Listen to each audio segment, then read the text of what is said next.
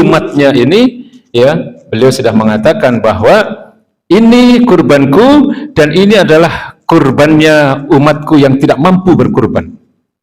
Ya, dalam beberapa riwayat dikatakan beliau pernah berkurban 2 kambing besar, lalu mengatakan kalimat seperti itu.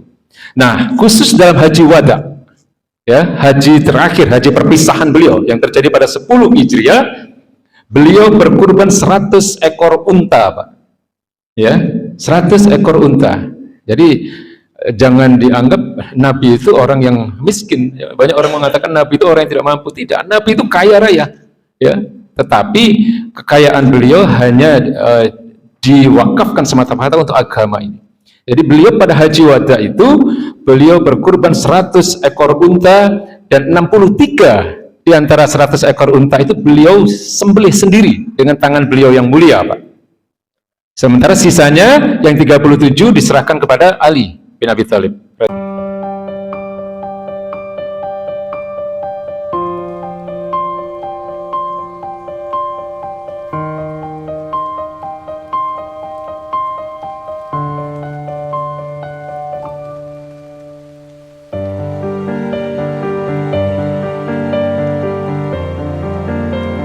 Jadi kurban, ya, bukan korban, ya. Kadang-kadang ada yang menyebut korban. Kurban itu dari kata koruba, ya, koruba yakrobu kurbanan, ya, artinya secara bahasa mendekatkan diri, bertakorub, mendekatkan diri kepada Allah Subhanahu Wa Taala, ya. Nah, secara umum hukum kurban ini sunnah bagi yang mampu, ya, bagi yang mampu dia terbebani hukum sunnah untuk berkurban. Ya, sama dengan sedekah. Sedekah ini hukumnya juga sunnah kalau seseorang mampu. Nah, untuk kurban ini dalilnya ada surat Al-Kautsar ayat 2, ya. Fasholli li rabbika wanhar. Ya, maka salatlah dan berkurbanlah. Ya. Nah, dalam satu hadis yang diriwayatkan oleh Imam Tirmizi, ya, dikatakan umirtu, jadi baginda Nabi pernah mengatakan umirtu bin nahri wa huwa sunnatun lakum. Ya. Jadi aku diperintahkan untuk berkurban, wa huwa sunnatun lakum, tapi sunnah bagi kalian, ya. Atau dalam hadis yang diriwayatkan oleh Imam Daruqutni, beliau juga mengatakan dengan redaksi yang berbeda, dengan isi yang sama, ya. Dalam hadis itu dikatakan bahwa Nabi pernah mengatakan kutiba alayya an-nahru wa laysa biwajibun alaikum, ya, telah diwajibkan kepadaku untuk berkurban, tetapi tidak wajib bagi kalian. Ya, bagi kalian sunnah. Artinya apa? Nabi itu hukumnya wajib untuk berkurban, Pak. Ya, tapi bagi umatnya sunnah. Nah, ini biasa.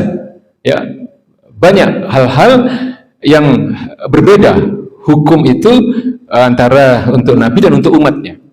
Ya, jadi tidak semua apa yang sesuatu yang ditetapkan hukum kepada umat Islam itu kemudian sama dengan hukum ditetapkan kepada Nabi. Beda. Ada. Contohnya kurban ini. Kurban itu begitu kepada kita, ya, kepada umatnya, itu hukumnya sunnah. Jadi kalau orang tidak berkurban tidak dosa, ya. Tetapi hukumnya sunnah muakkadah, Pak. Jadi sunnah hanya itu mendekati wajib, antara sunnah dan wajib, ya. Meskipun kalau tidak melaksanakan, ya tidak dosa. Hukumnya makruh. Kalau orang punya kemampuan tapi dia tidak berkurban, menjadi makruh bagi dia. Kira-kira paham, ya? Jadi sekali lagi bahwa ada hal-hal yang bagi Nabi dengan umatnya itu status hukumnya berbeda, ya. Selain kurban ini misalnya salat duha, Pak. Salat duha itu bagi baginda Nabi wajib hukumnya, ya. Baginda Nabi itu wajib hukumnya untuk melaksanakan salat duha. Atau puasa wisol, ya, saya pernah mengatakan puasa wisol itu biasa dilakukan oleh Nabi. Jadi Nabi itu kalau melakukan puasa, kalau maghrib seringkali beliau tidak berbuka, nyambung. Wisol itu artinya nyambung. Jadi puasa beliau itu bisa sampai 2 hari, 3 hari, bahkan 4 hari. Ya, nggak makan, nggak minum, Mbak. Fisiknya luar biasa baginda Nabi itu. Tapi bagi kita puasa wisol itu haram, nggak boleh, malah dosa. Meskipun ada yang mengaku kuat, misalnya, wah saya juga kuat kayak Nabi itu, 2 hari, 3 hari, nggak masalah, nggak makan, nggak minum, gitu. Ya. Tapi nggak dapat pahala, justru dosa, ya, karena Allah perintahkan kalau sudah maghrib berbuka kita, Ya, mulai dari subuh ya fajar sampai kepada terbenamnya matahari, ya umat Islam wajib untuk berbuka puasa. Ya, pokoknya harus dibatalkan puasanya. Ya, minum air putih sedikit atau minum makan kurma sebutir dan seterusnya. Ya, atau tentang poligami, Pak. Ya, poligami. Poligami ini hukumnya juga berbeda antara kita dengan baginda Nabi. Ya, kalau kita umatnya ini hanya dibatasi sampai 4. Ya, kalau baginda Nabi itu dalam beberapa riwayat dikatakan bahwa pernah istrinya Nabi itu dalam waktu yang bersamaan ya, itu dalam beberapa riwayat dikatakan 9. Ya, tapi jangan berpandangan sebagaimana pandangan orang-orang non-Islam, Pak. Ya, yang dinikahi oleh Nabi itu kebanyakan adalah mereka-mereka yang memang membutuhkan perlindungan. Ya, membutuhkan nafkah, ya, janda-janda yang ditinggal syahid oleh para suaminya, ya, yang masih gadis ya Aisyah aja, putri dari Abu Bakar. Ada yang kedua lagi yaitu Maria Al-Qibtiyah, ya, beliau adalah seorang asalnya dari budak dari Mesir, ya, berbangsa Romawi yang kemudian dinikahi oleh Nabi, ya. Nah, selebihnya adalah para janda yang ditinggal syahid oleh suaminya. Jadi inti dari apa yang baru saya katakan adalah bahwa tidak semua hukum yang diterapkan kepada umat Islam itu sama. Ya, status hukum itu dengan baginda Nabi. Ya, contohnya tadi salat duha, kurban, kemudian hukum poligami, hukum puasa wisol, ini berbeda. Karena Nabi memang memiliki kekhususan. Ya, ini adalah kekhususan bagi baginda Nabi Muhammad SAW. Ya, jadi untuk berkurban tadi, kalau ada orang yang sudah mampu berkurban, lalu dia tidak mau melakukan atau tidak mau berkurban, maka hukumnya makruh bagi dia. Tidak sampai dosa, tapi makruh. Ya, dalam satu hadis dikatakan, "Man kana lahu sa'atun wa lam yudahi fala yaqrabanna musallana." Jadi Nabi mengatakan, barang siapa yang sudah memiliki kemampuan untuk berkurban, ya, tapi kemudian dia tidak melakukan kurban itu, fala yaqrabanna musallana, jangan dekat-dekat tempat sholat kita, ya, jangan dekat-dekat tempat sholat kami, maksudnya jangan dekat-dekat tempat sholat Idul Adha, ya, kurang lebih begitu. Ya, ini memang merupakan celaan, Pak. Kita pernah membahas tentang korinah, ya, korinah itu indikasi lahirnya sebuah hukum.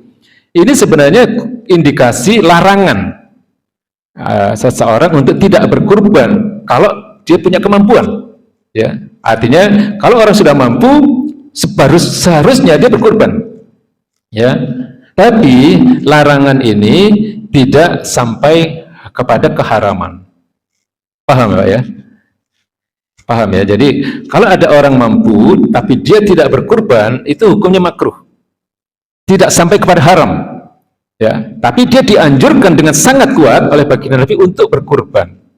Ya, jadi kalimat fala yaqrabanna musallana, maka jangan dekat-dekat dengan tempat sholat kita.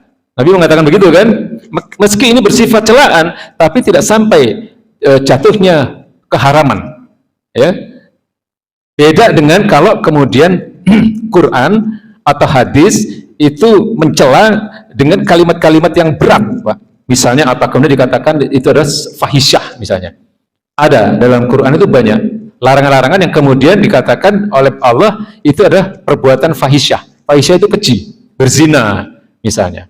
Nah, ini fahisyah itu artinya sesuatu yang larangan yang akan menjatuhkan hukum sampai pada keharaman secara mutlak. Atau di dalam hal yang terkait dengan judi atau khamr misalnya, itu dikatakan oleh Allah Subhanahu wa taala sebagai min amali syaitan. Ya, itu adalah perbuatan syaitan. Nah, kalau ada kata-kata begini, hukumnya haram ya. Ya. Tidak sampai tidak makruh tapi haram. Ya, atau ada hadis di mana Nabi mengatakan sebuah perbuatan itu mitatan jahiliyah, ya, mati dalam keadaan jahiliyah misalnya. Nah, kalau celaannya berat seperti ini, maka itu haramnya haram mutlak.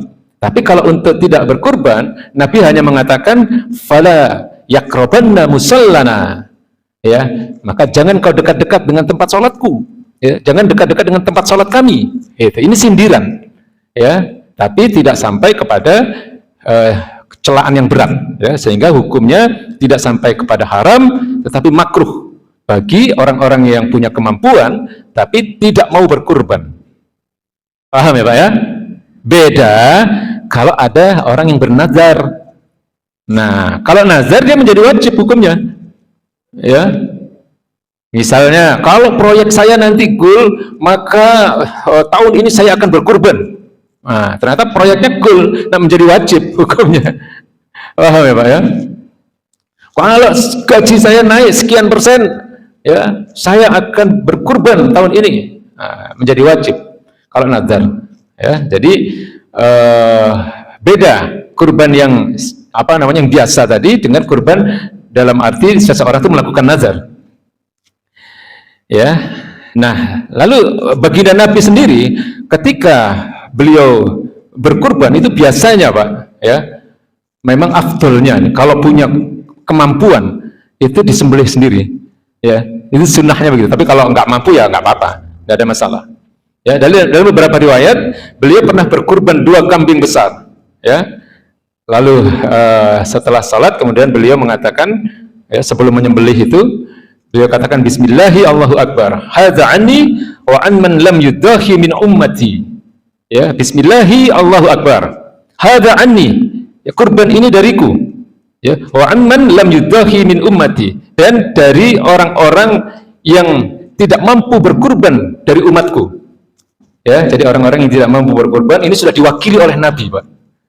Ya, bentuk cintanya Nabi kepada kita, bentuk cintanya Nabi kepada umatnya ini, ya, beliau sudah mengatakan bahwa ini kurbanku dan ini adalah kurbannya umatku yang tidak mampu berkurban.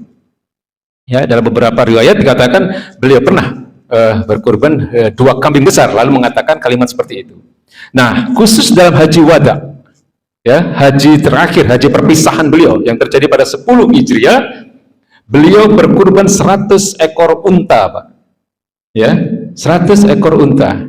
Jadi jangan dianggap Nabi itu orang yang miskin. Ya, banyak orang mengatakan Nabi itu orang yang tidak mampu. Tidak, Nabi itu kaya raya. Ya, tetapi kekayaan beliau hanya diwakafkan semata-mata untuk agama ini. Jadi beliau pada haji wada itu beliau berkurban 100 ekor unta dan 63 di antara 100 ekor unta itu beliau sembelih sendiri dengan tangan beliau yang mulia, Pak. Sementara sisanya yang 37 diserahkan kepada Ali bin Abi Thalib radhiyallahu anhu. Ya, jadi bayangkan, Pak. Bapak-bapak bisa bayangkan nggak? Tahun ke-10 Hijriah itu adalah 1 tahun sebelum beliau wafat. Ya, haji wada itu haji perpisahan. Ya, jadi usia beliau sudah hampir 63 itu. Ya. Beliau menyembelih 63 unta, bukan kambing, bukan domba, bukan sapi, Pak. 63 unta. Bayangkan kekuatan fisik beliau. Ya, lalu yang 37 beliau serahkan kepada Ali radhiyallahu anhu. Ya. Jadi inilah yang bisa saya sampaikan. Makna kurban adalah bertakarrub. Jadi kurban itu sebenarnya bukan hanya ketika kita memotong hewan kurban itu, ya. Kalau dari sisi bahasa kita membaca Quran, kita melakukan sholat sunnah, sholat wajib dan seterusnya, itu juga sebenarnya bagian dari kurban, pendekatan kita kepada Allah Subhanahu Wa Taala, bertakarrub artinya, ya. Tapi kalau istilah Idul Adha sendiri itu maknanya adalah hari raya penyembelihan kurban. Atau namanya dalam hal ini menyembelih hewan kurban, ya. Jadi intinya adalah bahwa kalau seseorang mampu, ya, untuk berkurban, hukumnya menjadi sunnah muakkadah bagi dia, ya, hukumnya sunnah muakkadah. Tapi kalau orang tidak mampu, ya tidak terbebani kewajiban untuk berkurban, ya. Tapi kalau ada orang mampu berkurban dan dia tidak berkurban, hukumnya makruh, ya, tidak sampai berdosa, tidak sampai haram, ya. Tetapi kalau yang namanya makruh itu ya artinya dibenci atau tidak disukai. Artinya anjuran untuk berkurban itu sangat dikuatkan, ya.